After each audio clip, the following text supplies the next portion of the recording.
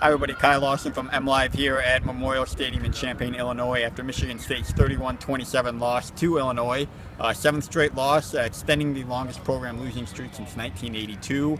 And, really after a better effort, one that didn't produce a win, but a better effort against Michigan last week, they seesaw back to what I think was one of their worst efforts of the year, certainly against a 2-6 team, a team that had struggled just as much as them. They go on the road, and again, they can't finish in the fourth quarter. I think it started actually earlier. First half, they get in the red zone and near the red zone 5 times. They get 2 or 3 field goals out of it. Really just continuing this trend of not finishing, of getting close but not doing it well. And then Illinois was able to flip the switch on offense. Michigan State's defense started really well, but they gashed them for a couple big plays, went up the middle, and it was kind of going on from there. Obviously in the second half, we saw a lot of key guys get injured. Tyler O'Connor goes down with what appeared to be a concussion, but Mark D'Antonio said afterwards that he's not concussed.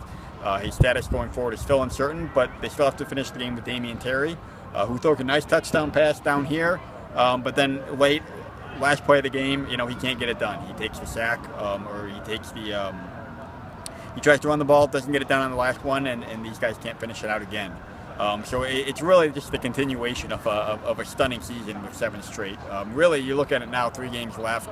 You have to win all 3 to get to 5-7, which is still a very, very slim chance of making a bowl. And there's almost nothing to play for this team at this point. Mark D'Antonio says he doesn't think this team gave up, and I don't think it did either based on what we saw out here. It doesn't have the horses at this point. Its offensive line is banged up. They've got a lot of key guys that aren't going well right now, so I think it's back to the drawing board. They've got Rutgers next week, which is their best chance at a win this whole season.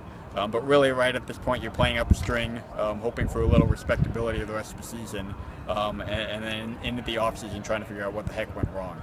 So we'll continue breaking it down on mlive.com/Spartans after Michigan State's 31-27 loss to Illinois, and thanks for joining me.